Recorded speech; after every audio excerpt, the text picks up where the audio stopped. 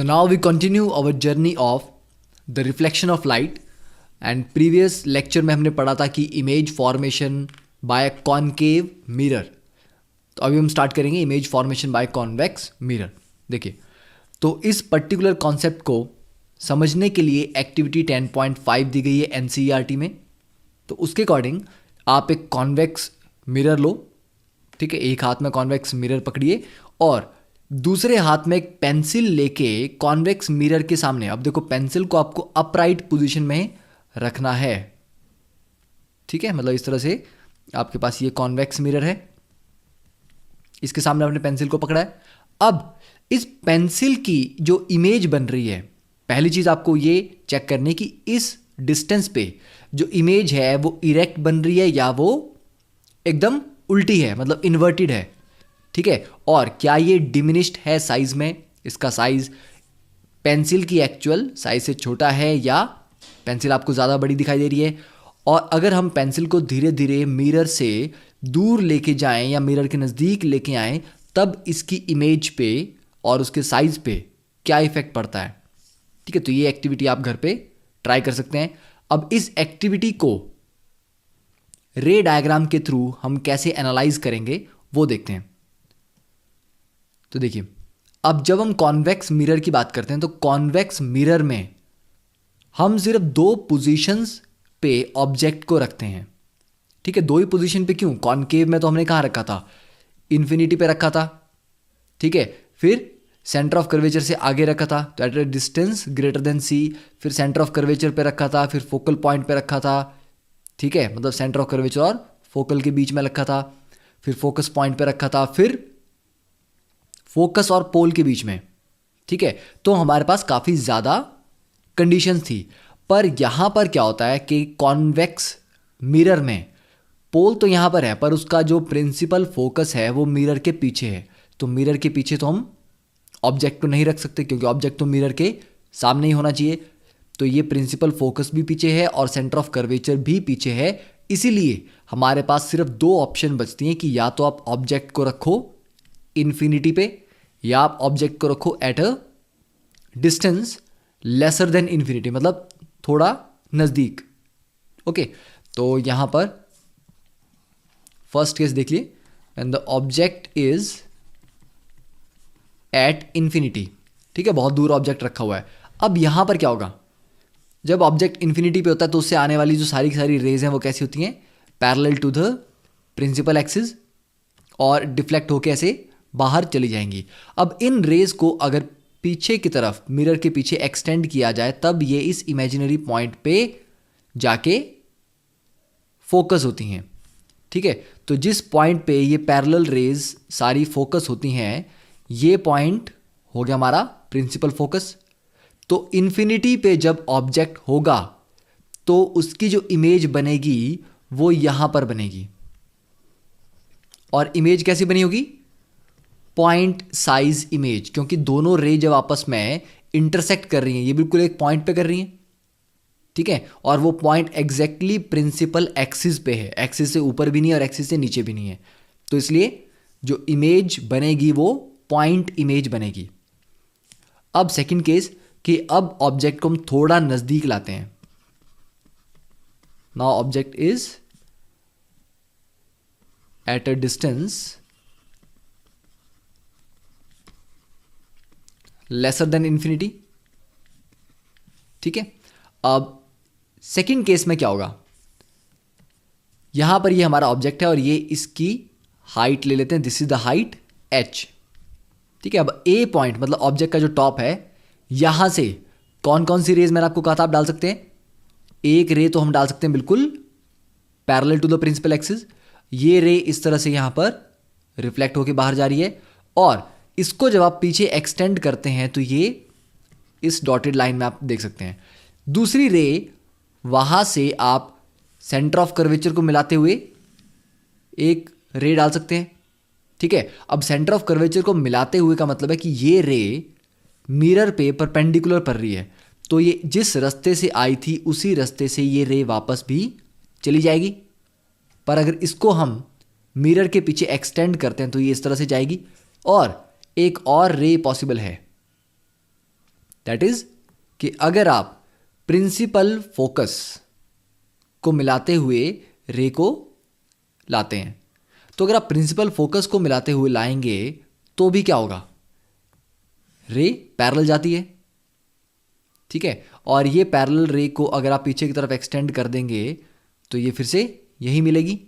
तो तीनों पॉसिबिलिटीज हैं, आप पैरेलल रख सकते हैं प्रिंसिपल एक्सिस के, सेंटर ऑफ कर्वेचर को मिलाते हुए एक रे ले जा सकते हैं, और एक प्रिंसिपल फोकस को मिलाते हुए रे ले जा सकते हैं, जो कि रिफ्लेक्ट होके पैरेलल वापस आ जाती है, ठीक है।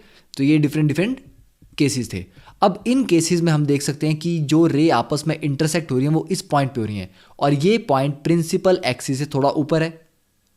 तो मतलब प्रिंसिपल एक्सिस से लेके इस पॉइंट तक का जो डिस्टेंस है, ये डिस्टेंस आपको इमेज की हाइट दे रहा है। तो ये जो डिस्टेंस है इसको हम h डैश लिख सकते हैं, that is the height of the image. अब ये इमेज कैसी बन रही है, ए यहां पर भी प्रिंसिपल एक्सिस से ऊपर है, यहां पर जो a डैश बना इमेज का, ये भी प्रिंसिपल एक्सिस से ऊपर है। तो इसका मतलब इमेज कैसी है, इरेक्ट। रियल है या इमेजिनरी है, अब जहां पर इमेज बन रही है, क्या रियलिटी में वहां पर लाइट की रेज आपस में इंटरसेक्ट कर रही हैं, या आपने इमेजिनरी लाइंस पे उसको बनाया है। तो हम देख सकते हैं ये डॉटेड लाइंस पे आया, मतलब ये इमेजिनरी लाइंस के थ्रू ये इमेज बन रही है। तो ये वर्चुअल इमेज है, तो इरेक्ट भी है, वर्चुअल भी। और कैसी है, ए बी से उसकी हाइट कम है, तो मतलब डिमिनिश्ड भी है, ठीक है। तो वर्चुअल, इरेक्ट एंड डिमिनिश्ड, तो यही दो पोजीशंस हैं हमारे पास कॉन्वेक्स मिरर को स्टडी करने के लिए। तो अब इन दोनों रिजल्ट्स को जब इस टेबल में हम ऑब्जर्व करेंगे, फर्स्ट इज कि इन्फिनिटी पे हमने ऑब्जेक्ट को रखा था, तो इमेज प्रिंसिपल फोकस पे बन रही है बिहाइंड द मिरर, और मिरर के पीछे बनेगी, इसलिए वर्चुअल होगी और इरेक्ट होगी। और इन्फिनिटी से दोनों लाइंस जब आ रही थी तो वो एक ही पॉइंट पे, मतलब प्रिंसिपल एक्सिस पे जाके इंटरसेक्ट हो रही थी। तो प्रिंसिपल एक्सिस से ऊपर भी नहीं नीचे भी नहीं, तो point size diminished, highly diminished, मतलब पॉइंट साइज इमेज बनती है। और जब इन्फिनिटी और पोल के बीच में रखते हैं तो इमेज क्या बनती है, पोल और प्रिंसिपल फोकस के बीच में, मतलब ये पोल और प्रिंसिपल फोकस के बीच में इमेज बन रही है, और इसका साइज भी छोटा है, एच डैश जो है वो छोटा है, और ये वर्चुअल है और इरेक्ट है। तो ये चीज़ें आपको याद नहीं रखनी है, बट आपको ये प्रैक्टिस करनी है ज़्यादा से ज़्यादा रे डायग्राम, ताकि आप माइंड में इन चीज़ों को फिर से विजुलाइज कर सकें कि यस, इस केस में रेज इस तरह से आएंगी तो ये होगा, ठीक है। तो ट्राई करनी है कि ये सारे जो दोनों कॉनकेव और कॉन्वेक्स मिरर के केसेस हैं, इनको टेबल को अच्छी तरह से पढ़ें, लिखें, रे डायग्राम प्रैक्टिस करें और उसको माइंड में रखें। नेक्स्ट इज, अब एक्टिविटी 10.6 है। देखिए एक्टिविटी, इसका पर्पस क्या है, अब हमने कॉनकेव मिरर भी पढ़ लिया, कॉन्वेक्स भी पढ़ लिया, प्लेन मिरर तो आपने पहले पढ़ा हुआ है। तो अब इनका पूछना है कि which of these mirrors will give the full image of a large object. अगर आप मिरर के सामने एक बहुत बड़ा ऑब्जेक्ट रखते हैं, तो इन तीनों में से, मतलब कॉनकेव, कॉन्वेक्स और प्लेन मिरर में से कौन सा मिरर उस बड़े ऑब्जेक्ट को कंप्लीटली इमेज में दिखा सकता है, मतलब आप उस मिरर पे पूरी इमेज देख पाओ बहुत बड़े ऑब्जेक्ट की। मान लो आप दूर पड़े किसी पेड़ को देख रहे हैं, या दूर किसी बिल्डिंग को उसमें मिरर में देख रहे हैं, तो कौन सा मिरर आपको बहुत बड़े ऑब्जेक्ट की भी पूरी इमेज दिखा पाएगा। तो ऑब्वियसली बात है, क्या करेंगे हम, एक्टिविटी करेंगे। तो let us observe the image of A distance object. मान लीजिए एक दूर लगे हुए पेड़ की हम इमेज देखते हैं, किस में देखते हैं, पहले प्लेन मिरर में। तो क्या आपको फुल लेंथ इमेज दिखती है, अभी तो आप एक्टिविटी करेंगे तभी आपको पता चलेगा, पर आप देखेंगे कि आपको फुल लेंथ इमेज एक बड़े पेड़ की या किसी बिल्डिंग की नहीं दिखेगी प्लेन मिरर में, ठीक है। Try with plane mirrors of different sizes, हाँ थोड़े डिफरेंट साइजेस लेंगे तब भी नहीं, उतना ज़्यादा इजीली पॉसिबल नहीं होगा। Did you see the entire object in the image, अब ये तो आप अलग अलग साइज के प्लेन मिरर लेके ट्राई करेंगे। Now try with plane mirrors of different sizes, तो अलग अलग साइज के, कोई छोटा प्लेन मिरर ले लिया, फिर एक बड़ा, फिर उससे बड़ा, तो आप ट्राई कर सकते हैं, ठीक है। And then repeat this activity with a concave mirror. फिर कॉनकेव मिरर में आप ट्राई कर सकते हैं देखने की, फिर कॉन्वेक्स मिरर में, ठीक है। तो इन सभी एक्टिविटीज़ के बाद आप बता पाएंगे कि उसी साइज का जब आपने प्लेन मिरर लिया, कॉनकेव लिया, कॉन्वेक्स मिला, तो आपको एक बड़े ऑब्जेक्ट की इमेज किस में कंप्लीट या फुल लेंथ इमेज दिखाई दी। देखिए अब इसको हम कुछ पिक्चर्स के थ्रू स्टडी करते हैं कि इसी एक्टिविटी को, क्योंकि अब एक्टिविटी करके तो मैं आपको यहाँ नहीं दिखा सकता। अब ये पिक्चर है, this is from animations.physics.unsw.edu, Australian physics website है। नाउ अब यहाँ पर ये जो ऑथर हैं, ये फर्स्ट केस है कॉन्वेक्स मिरर का और दूसरा केस है यहाँ पर कॉनकेव मिरर का। तो देखिए कॉन्वेक्स में इनकी इमेज तो आप देख ही पा रहे हैं, पर इमेज कैसी है, इमेज छोटी है, मतलब जो ह्यूमन बॉडी है उसकी इमेज थोड़ी छोटी बन रही है। तो इस इमेज में आप पीछे रखी जो लगी खिड़की है वो भी देख सकते हैं, यहाँ पे एक ट्राइपॉड रखा गया है, कैमरा, वो भी देख सकते हैं, ठीक है, टेबल, तो मतलब काफ़ी सारी चीज़ें आपको दिखाई दे रही हैं। पर कॉनकेव में फेस कितना एनलार्ज्ड, बड़ा दिखाई दे रहा है और आसपास का कोई ऑब्जेक्ट नहीं दिखाई दे रहा। तो इसी से आपको हिंट मिल जाना चाहिए कि कॉन्वेक्स में जितनी बड़ा ऑब्जेक्ट था उसकी इमेज थोड़ी छोटी बनती है, ठीक है। देखिए इमेज थोड़ी छोटी हो गई है, यहाँ पर इमेज एनलार्ज हो गई है, ओके। तो कॉन्वेक्स में अगर बहुत बड़े ऑब्जेक्ट को भी आप देखेंगे तो उसकी इमेज बहुत छोटी बनेगी। छोटी बनने की वजह से वो आप मिरर में उस बड़े ऑब्जेक्ट को देख सकते हैं, ठीक है। देखिए बिल्डिंग की इतनी बड़ी दीवार आपको यहाँ पर दिखाई दे रही है इस विंडो में, पर यहाँ पर ऐसा कुछ नहीं है। तो मतलब हम आइडिया लगा सकते हैं कि कॉन्वेक्स मिरर में ही हमें एक बड़े ऑब्जेक्ट की फुल लेंथ इमेज देखने को मिलेगी, ठीक है। अब आप में से कुछ बच्चों ने हो सकता है कि ये इस तरह का मिरर भी लगा हुआ कभी सड़कों पे देखा हो, ठीक है। इंडिया में तो ये बहुत कॉमन चीज़ नहीं है, पर कभी कभी क्या होता है, मान लीजिए आपकी गाड़ी यहाँ से आ रही है और यहाँ पर आपका ये मेन रोड है। अब आपको नहीं पता कि यहाँ से कोई गाड़ी आ रही है या यहाँ से आ रही है, क्योंकि आप यहाँ तो देख नहीं सकते, ठीक है। यहाँ पर मान लीजिए यहाँ पर कोई बिल्डिंग्स हैं, यहाँ पर भी, तो क्या होता है कि यहाँ पर अगर हम इस तरह का एक कॉन्वेक्स मिरर लगा पाएँ, क्योंकि कॉन्वेक्स मिरर इस तरह से इस साइड का भी थोड़ा मिरर होगा, आर्क में होगा, यहाँ भी थोड़ा मिरर होगा, तो यहाँ वाले ऑब्जेक्ट की इमेज भी आपको दिखाई देगी, यहाँ वाले ऑब्जेक्ट की इमेज भी आपको दिखाई देगी, ठीक है। तो आप आइडिया लगा सकते हो कि यहाँ और यहाँ से कोई गाड़ी तो नहीं आ रही, तो आपको स्लो डाउन होना है, क्या करना है क्या नहीं करना है।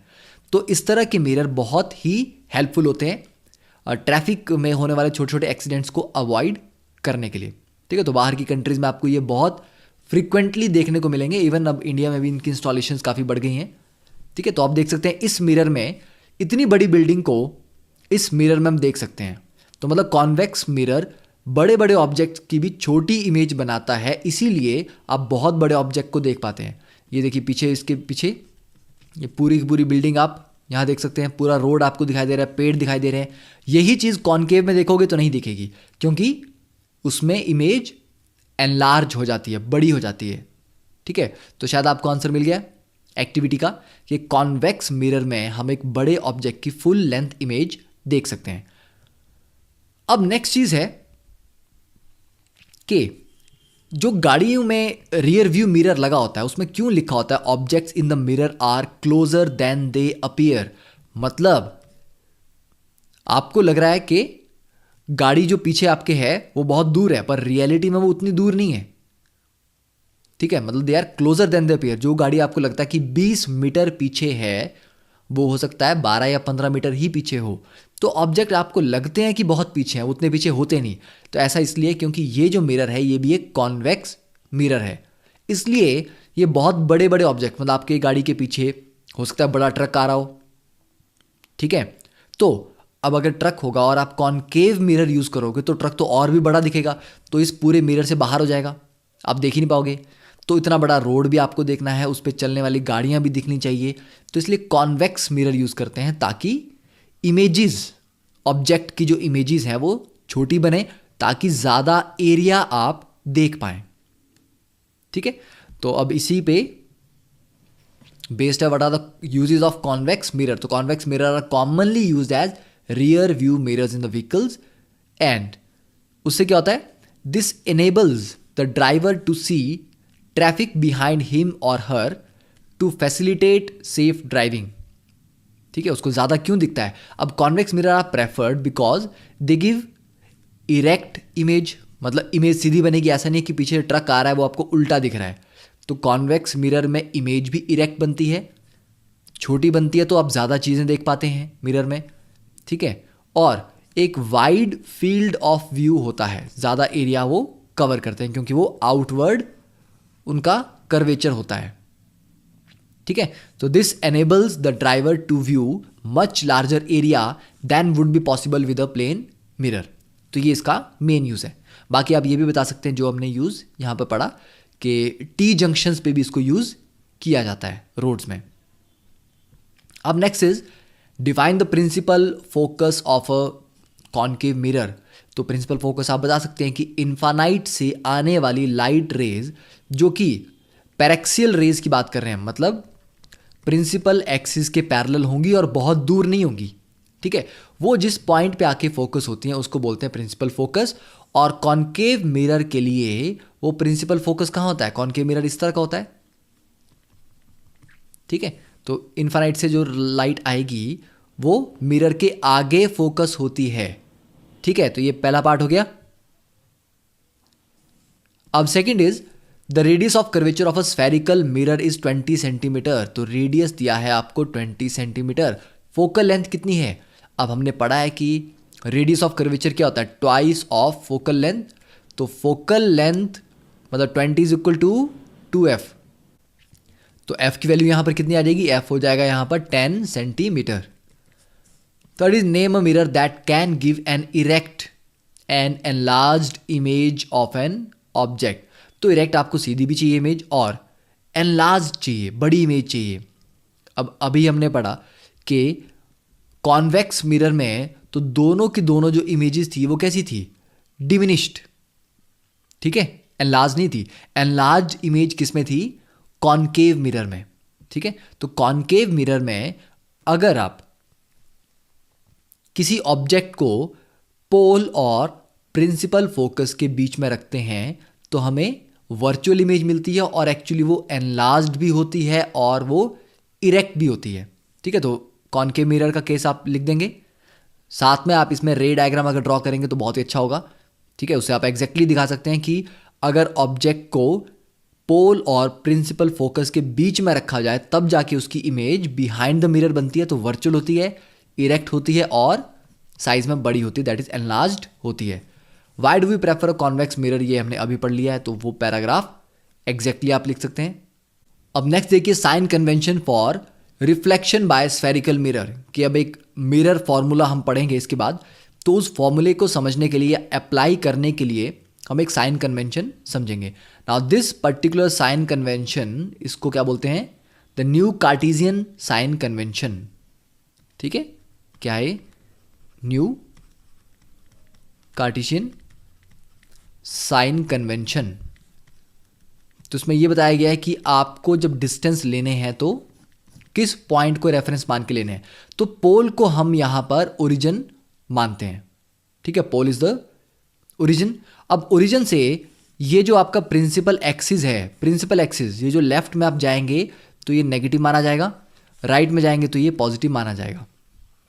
ठीक है, तो पोल आपका ओरिजिन आ गया और प्रिंसिपल एक्सिस में लेफ्ट चलेंगे तो नेगेटिव लिया जाएगा डिस्टेंस, राइट जाएंगे तो डिस्टेंस पॉजिटिव लिया जाएगा। वैसे ही वर्टिकली ऊपर जाते हैं तो ऊपर वाला डिस्टेंस पॉजिटिव लिया जाएगा और नीचे वाला डिस्टेंस नेगेटिव लिया जाएगा। ठीक है, लिखा गया हाइट अपवर्ड्स इज पॉजिटिव और हाइट नीचे की तरफ होगी तो वो नेगेटिव ली जाएगी। तो ये हमारा साइन कन्वेंशन है, सिंपल। ठीक है, तो ज़्यादा कॉम्प्लिकेटेड तो बिल्कुल भी नहीं है। तो ऊपर जाएंगे तो पॉजिटिव है, नीचे आएंगे तो नेगेटिव है, लेफ्ट में रहेंगे तो ये सारा पॉजिटिव लेंथ है, राइट में रहेंगे लेफ्ट में रहेंगे तो ये सारी लेंथ नेगेटिव है, राइट में रहेंगे तो ये सारी लेंथ पॉजिटिव है। ठीक है, तो ये साइन कन्वेंशन आपने याद रखनी है। अब इसको अप्लाई करेंगे हम इन द मिरर फॉर्मूला। देखिए, अब जब भी स्फेरिकल मिरर से की बात होती है, हमें यह बताना होता है कि ऑब्जेक्ट को अगर हमने इतने डिस्टेंस पे रखा है और मिरर की फोकल लेंथ इतनी है तो इमेज कहाँ बनेगी। या मान लीजिए कि हम इमेज को इतने डिस्टेंस पे बनाना चाहते हैं, फोकल लेंथ इतनी है, तो ऑब्जेक्ट को कहाँ रखें। तो मतलब ऑब्जेक्ट की लोकेशन, इमेज की लोकेशन और फोकल लेंथ, इन तीनों के बीच में क्या रिलेशन आता है, that is called a mirror formula. ठीक है, तो इसमें हम तीन चीजें पढ़ेंगे। First is object distance. तो ये क्या हो गया, ये हो गया distance of object from the pole. कौन सा पोल, बिजली का पोल नहीं, स्फेरिकल मिरर का पोल। अब ऑब्जेक्ट डिस्टेंस को डिनोट किया जाता है स्मॉल यू से। ओके, तो मतलब अगर पोल से लेफ्ट में होगा तो नेगेटिव लेंगे, राइट में होगा तो पॉजिटिव लेंगे। इमेज डिस्टेंस सेम चीज, मतलब इमेज कहाँ बन रही है, तो ये डिस्टेंस भी कहाँ से लेना है, it is the distance of image from pole. बाकी आप आगे लिख सकते हैं कि on the left of the pole it is negative, on the right of the pole it is positive, और इसको डिनोट किया जाता है स्मॉल v से। फोकल लेंथ को डिनोट करते हैं हम स्मॉल f से, और फोकल लेंथ क्या होती है तो आपको पता ही है। ठीक है, डिस्टेंस ऑफ प्रिंसिपल फोकस, ठीक है, जो प्रिंसिपल फोकस है हमारा कैपिटल F, उसका डिस्टेंस फ्रॉम द पोल, और इसमें जो रेडियस ऑफ कर्वेचर होता है that is twice of focal length, ये भी हमें पता है। तो ये हमारे बेसिक तीन फंडामेंटल हो गए। ठीक है, अब जो फॉर्मूला आता है mirror formula, that is 1/v plus 1/u is equal to 1/f। ये फॉर्मूला अब आपको याद रखना है। तो इस फॉर्मूले में हम वैल्यूज पुट करेंगे, और जब भी वैल्यू पुट करेंगे हमेशा साइन का ध्यान रखना है, क्या पोल से लेफ्ट में है या राइट में है, ऊपर है डिस्टेंस या नीचे की तरफ है। अब स्टार्ट करते हैं विद मैग्निफिकेशन। देखिए, मैग्निफिकेशन को आप इसके नाम से मत समझिए कि मैग्निफिकेशन का मतलब है कि हमेशा ये साइज में ज़्यादा ही होगी। ठीक है, मतलब कोई भी इमेज मैग्नीफाई हो रही है, ऑब्जेक्ट से बड़ी है। मैग्निफिकेशन सिर्फ ये बताता है कि इमेज का साइज ऑब्जेक्ट के साइज के कंपैरिजन में बड़ा है या छोटा है। अगर मैग्निफिकेशन की वैल्यू, जिसको हम m से डिनोट करते हैं, स्मॉल m से, अगर मैग्निफिकेशन की वैल्यू 1 आ रही है, मतलब साइज दोनों के आपस में बराबर है, जिस हाइट का ऑब्जेक्ट था उसी हाइट की इमेज बन रही है।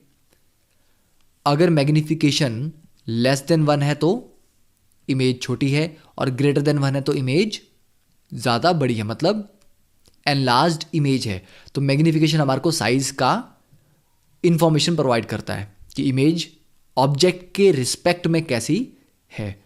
ठीक है, तो क्या लिख सकते हैं मैग्निफिकेशन को, it gives the relative extent to which the image of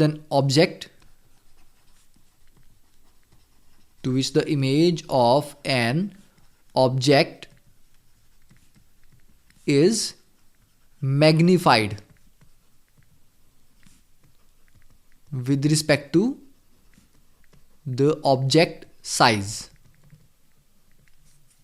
ठीक है, तो this is denoted by small m, और ये होता है हाइट ऑफ इमेज। तो इमेज को प्रीवियस एग्जांपल में मैंने किससे डिनोट किया था, h डैश से, उसकी हाइट को, divided by height of object, जिसको हम h से डिनोट करते हैं। ठीक है, तो सिंपली आ गया h डैश अपॉन h। अब जब आपकी मैग्निफिकेशन 1 हो, then both have same size, same height। ठीक है, हाइट भी सेम होगी तो साइज भी सेम होगा। जब मैग्निफिकेशन ग्रेटर देन 1 है तो हम बोलते हैं कि इमेज इज एनलार्ज्ड।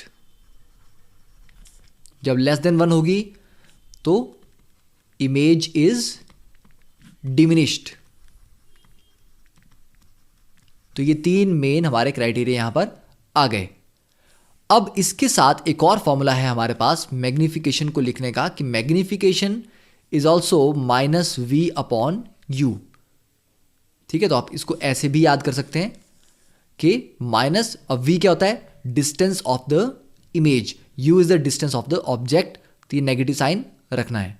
अब इसमें साइन की बहुत इंपॉर्टेंस है। अगर आपका साइन नेगेटिव आता है या पॉजिटिव आता है, क्योंकि देखिए हाइट ऑफ इमेज होगी, अब अगर ये हमारी प्रिंसिपल एक्सिस है, ठीक है, मान लीजिए ये हमारी प्रिंसिपल एक्सिस है, अब इमेज अगर नीचे की तरफ बन रही है, मतलब इन्वर्टेड इमेज है, तो इसकी हाइट जो h डैश होगी उसको क्या लिखेंगे हम, माइनस लिखेंगे। मान लीजिए ये नीचे की तरफ 10 सेंटीमीटर है, तो मैं इसको -10 सेंटीमीटर लिखूंगा।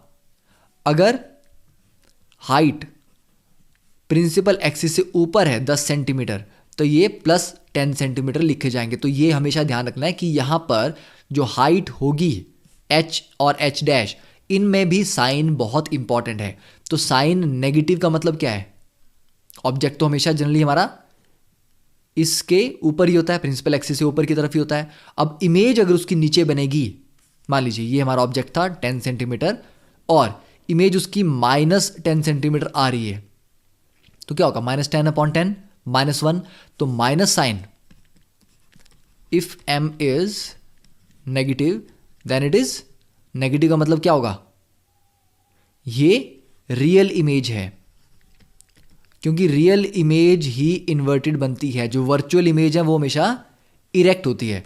और m अगर आपके पास पॉजिटिव आ रहा है, मतलब इमेज भी प्रिंसिपल एक्सिस से ऊपर की तरफ बन रही है, तो मतलब कौन सी इमेज है, वर्चुअल इमेज।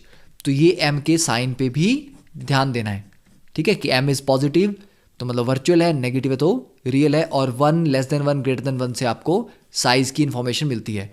अब इन सारी इंफॉर्मेशन को हम यूज करेंगे इन 2 सॉल्व्ड एग्जांपल्स ऑफ एनसीईआरटी।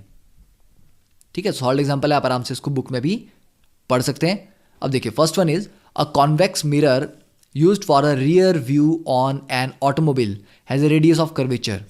तो रेडियस ऑफ कर्वेचर दिया है, तो यहां से आप फोकल लेंथ निकाल सकते हैं, r = 2f, ठीक है, और कॉन्वेक्स मिरर है, तो ये कॉन्वेक्स मिरर हमारे पास आ गया, ये हमारी प्रिंसिपल एक्सिस होगी और ये हमारा पोल।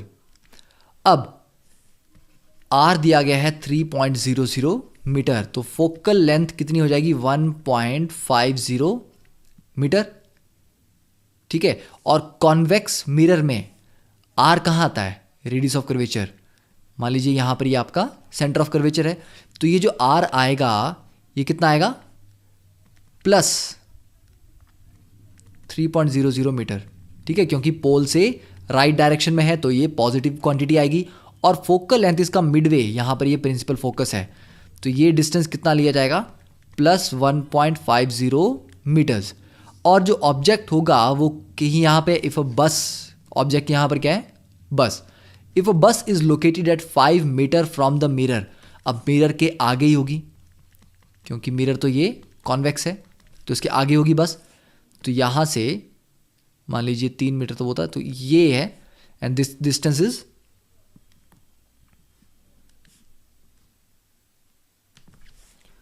तो ये जो डिस्टेंस है टोटल, अब इसको कैसे लिखेंगे, -5.00 मीटर, ठीक है, दिस इज द बस यहाँ पे। तो अब बताना है find the position, nature and size of image. तो पहली बात आपको पता है कि कॉन्वेक्स मिरर में जो इमेज बनती है वो कहाँ बनती है, बिहाइंड द मिरर, वर्चुअल बनती है, इरेक्ट बनती है। अब साइज का पता करना है, तो सिंपल हम क्या करेंगे, यहाँ पर मिरर फॉर्मूला यूज करेंगे, ठीक है, तो 1/v + 1/u = 1/f। तो v की वैल्यू अननोन है, u की वैल्यू कितनी है, -5.00 मीटर, f की वैल्यू भी पता है, तो पुट करेंगे यहाँ पे, ठीक है, तो 1/v + 1/-5 = 1/1.5। तो इसको जब आप सॉल्व करेंगे, on solving we get, solve करने के बाद v की वैल्यू आ रही है +1.15 मीटर, तो v पॉजिटिव आ रहा है। पॉजिटिव का मतलब क्या है, पोल से पीछे बन रहा है राइट साइड में, तो इससे हमें क्या कंफर्म हो रहा है कि वर्चुअल इमेज, ठीक है, तो वर्चुअल इमेज हो गया। और अब वर्चुअल बनेगी तो ये इरेक्ट होगी कि नहीं होगी, ये भी इंपॉर्टेंट है, ठीक है। और एक चीज का आपने यहां ध्यान में रखना है, यहां पर शायद मैं भूल गया बताना आपको कि m जब नेगेटिव था तो इमेज रियल थी और रियल के साथ इन्वर्टेड थी, तो मेन रीजन जो नेगेटिव साइन का था वो इन्वर्टेड इमेज था। और जब m पॉजिटिव है तो वर्चुअल तो है, वर्चुअल के साथ वो इरेक्ट है, ठीक है। तो m के साइन से हमारे को वर्चुअल रियल का तो पता थोड़ा चलता है, पर साथ में इन्वर्टेड और इरेक्ट का भी पता चलता है। तो यहां पर हमारे पास इमेज का डिस्टेंस आ गया। अब नेक्स्ट हमें पता करना है कि ये इरेक्ट है कैसी है, ठीक है। पोजीशन हमने बता दी, नेचर मैग्निफिकेशन से पता चलेगी, तो मैग्निफिकेशन कैलकुलेट कर लेते हैं, m is equal to h-h। अब हाइट ऑफ बस तो आपको पता नहीं है, हमें क्या दिया गया है, -v/u भी तो फॉर्मूला है, इसको भी यूज कर सकते हैं। तो -1.15 अपॉन 5.00, ठीक है। तो ये जो u की वैल्यू है ये ऑलरेडी माइनस है, v की वैल्यू पॉजिटिव है, तो आ जाएगा +0.23 मैग्निफिकेशन। तो magnification is less than 1, less than 1 का मतलब कैसा है, diminished. And m is positive, positive का मतलब कैसा है, इरेक्ट है, ठीक है। और वर्चुअल तो है, क्योंकि इरेक्ट होगी तो वर्चुअल भी होगी इमेज, तो ये हम बता सकते हैं कि m लेस देन 1 है तो डिमिनिश्ड है, इरेक्ट है और वर्चुअल है, ठीक है। तो मतलब जहां पर बस का साइज 100 था उसके रिस्पेक्ट में इसका साइज 23 है, या बस का साइज अगर 1 था तो उसका साइज उसके कंपैरिजन में 0.23 है। अब next solve example, an object 4 centimetre in size is placed at 25 centimetre in front of a concave mirror. तो ये आ गया कॉनकेव मिरर,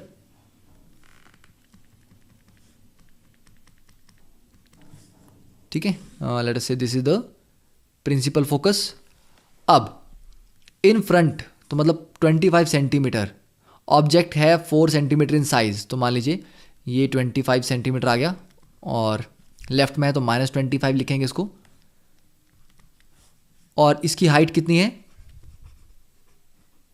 ऑब्जेक्ट की हाइट यहां पे है 4 सेंटीमीटर। अब ये 4 प्रिंसिपल एक्सिस से ऊपर है तो ये +4 रहेगा, ठीक है।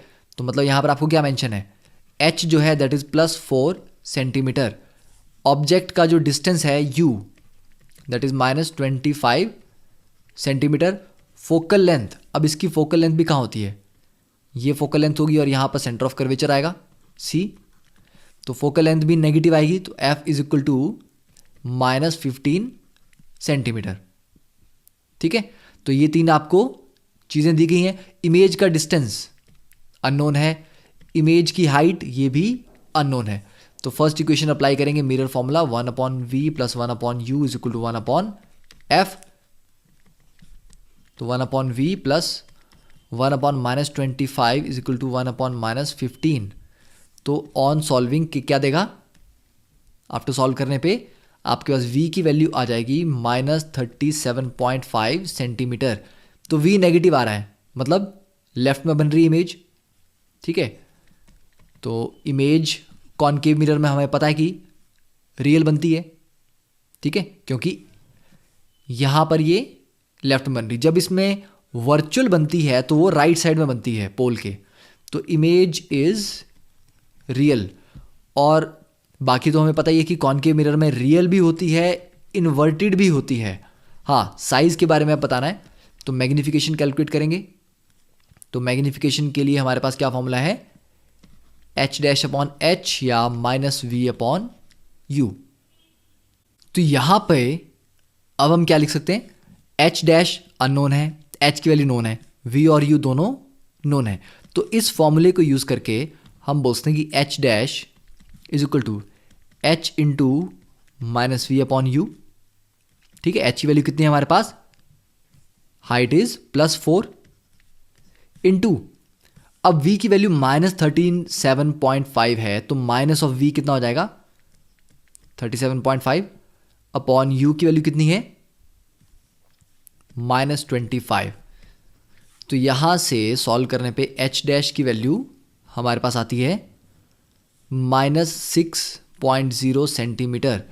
तो जो इमेज का ऑब्जेक्ट का जो साइज था, ठीक है, यहां पर ऑब्जेक्ट का साइज +4 था और जो हाइट है इमेज की वो -6 है, मतलब वो नीचे बन रही है प्रिंसिपल एक्सिस से और साइज में बड़ी बन रही है, 4 सेंटीमीटर की जगह 6 सेंटीमीटर। तो इससे कंफर्म होता है कि इमेज इज एनलार्ज्ड। ठीक है, तो एनलार्ज्ड है, रियल है और कैसी है, इट इज इन्वर्टेड। अब कुछ बच्चों को यह भी डाउट आता है कि ये क्या मतलब है इस क्वेश्चन का, कि at what distance from the mirror should a screen be placed in order to obtain a sharp image. कि सर तो कुछ और ही सॉल्व कर रहे हैं, यहाँ पर तो कुछ और पूछा गया है, कि यहाँ पूछा है कि मिरर से कितने डिस्टेंस पे एक स्क्रीन रखेंगे शार्प इमेज मिले। अरे सीधी सी बात है, इमेज बनेगी कहाँ, इस डिस्टेंस पे, v डिस्टेंस पे। तो इमेज बन रही है 37.5 सेंटीमीटर फ्रॉम द लेफ्ट। ठीक है, तो ये 25 सेंटीमीटर है, तो मतलब कुछ यहां पर जाके इमेज बन रही होगी कुछ इस तरह से। ये डिस्टेंस होगा -37.5 सेंटीमीटर। तो यहां इमेज बन रही है, तो जहां पर इमेज एक्चुअली बन रही है वहीं पर स्क्रीन को रखोगे तभी तो शार्प होगी। स्क्रीन आगे रहेगी पीछे रहेगी तो ब्लर्ड इमेज आएगी। तो क्वेश्चन का मतलब वही है कि इनको ये v डिस्टेंस की वैल्यू निकालनी है। हाँ, पूछा किस तरीके से ये डिफरेंट है। तो यही तरीका है कि कॉम्पिटिटिव एग्जाम में भी क्वेश्चन में जो इन्फॉर्मेशन पूछी गई होती है वो तो सेम होती है, पर किस तरीके से पूछी जाती है वो हमेशा इंग्लिश में बच्चे को कंफ्यूज करते हैं। ठीक है, so that completes today's topic. अब ये कुछ 2 क्वेश्चंस हैं, इनको आप घर पे प्रैक्टिस कर सकते हैं। तो नेक्स्ट क्लास में we will see the solutions of these 2 questions and start with the refraction of light.